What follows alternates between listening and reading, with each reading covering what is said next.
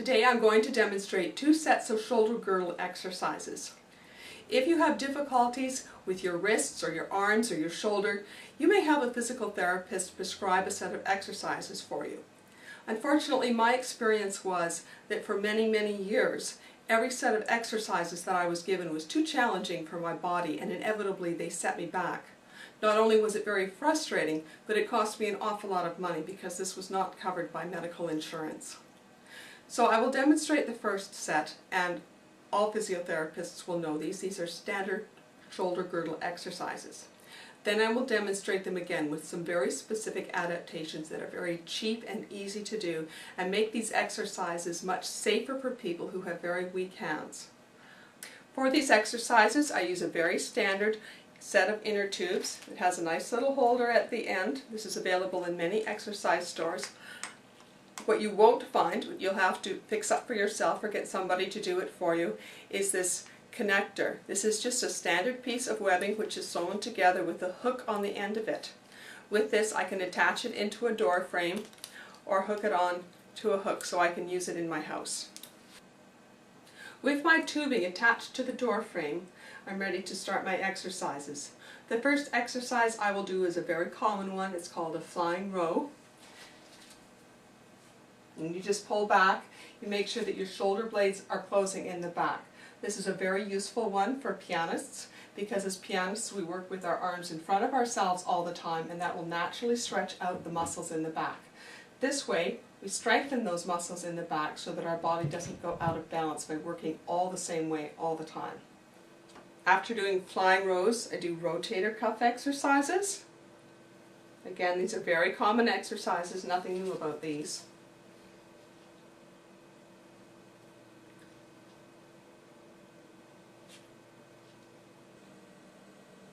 For my next set of exercises, I'm standing on my tubing and I can do shoulder shrugs. Again, these are very common. I can also stand with it this way and pull up. And I can do it that way, or I can turn my arm over this way. And you have to be careful doing this one not to come above the level of your shoulder. That would be dangerous. I was also given exercises where I had to press my forehead against my hands. You just press and squeeze. Now this very standard set of exercises, which is for the most part very good, can actually fail you for 5 different reasons. So we're going to go through those 5 reasons and talk about some possible helpful alternatives. Now the first reason, you might be misdiagnosed and it's just simply the wrong program. But the second reason is that many therapists are not taught how to assess your muscle tension appropriately. If you have chronic trigger points and chronic referred pain, you have so much pain going on, it's very difficult to know which pain is important. Therapists are generally taught to start an appointment off by saying to their client, "How do you feel?" or "Where do you hurt?" But anybody that's lived with chronic pain for a long time cannot be trusted to answer that question correctly. So it's very important that your therapist is proactive and conscientiously tests all the major trigger point areas.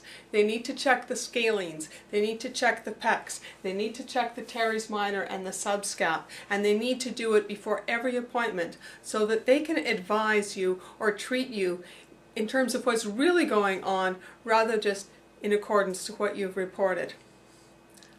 The third reason and the fourth reason both relate to adrenal function. You may have a problem with adrenals. Physiotherapists, massage therapists, and even medical doctors are not trained to identify low adrenal function. Medical doctors will deal with it if it's so extreme that it's categorized as Addison's disease.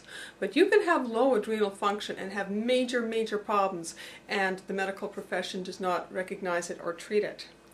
So, what does low adrenal function mean? Well, often people's low backs are very tight, and this can trigger off a string of myofascial tension that runs to other parts of the body. So it won't respond. Your lower back or anything that the lower back is triggering will not respond to treatment or will not respond to exercise because the adrenals need to be treated. For that you need to go to a naturopathic physician. Also, Fourth reason, the adrenals might be inhibiting your ability to recover from exercise. All exercise will cause a certain amount of soreness and stiffness, but if the adrenals are low, you'll go into this soreness and stiffness and you'll stay there. You won't come out of it. So even though it's the right thing according to the injury, your body may not be able to cope with it. So once again, you need to go to a naturopathic physician and make sure that that's not an issue. The final reason that it could be giving you trouble, especially for somebody who has very, very weak hands. When I began doing these exercises, my hands were virtually atrophied.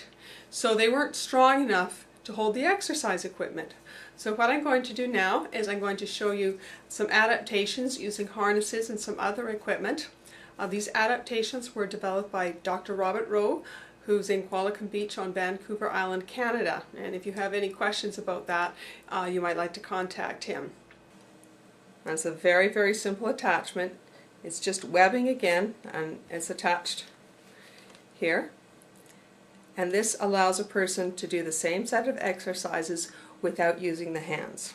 My hands were partly atrophied, so it was impossible for me to do the first set. So I'm going to attach this into the wall again.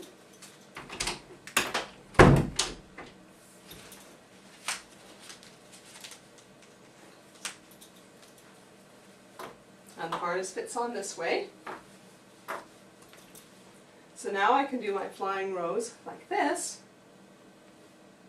And even if my hands are out of commission, I can still strengthen the shoulder girdle muscles. This allowed me to build muscle tissue in my upper arms and actually down into the forearm.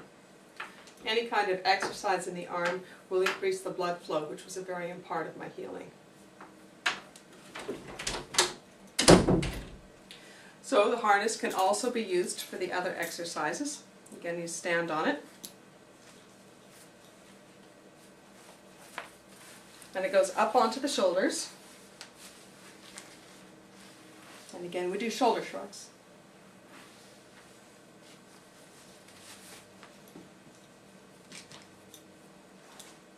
And out this way.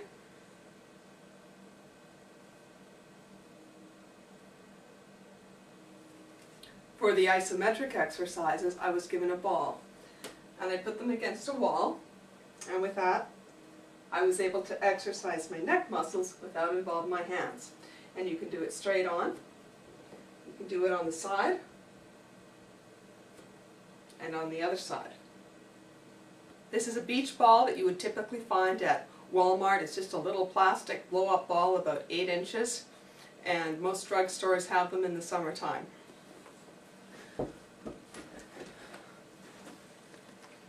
This ball was a little harder to find. It's an inflatable ball, and it's only blown up to about 1/4 of its capacity. With this ball, I could put it in the back of my head and squeeze backwards. Also a very useful exercise. If you think that these exercises might be helpful for you, take them to your exercise specialist, your kinesiologist, your physiotherapist. Have them review it, consider whether it's appropriate for your body and for your needs, and make sure you have an appropriate number of repetitions and sets. Thank you.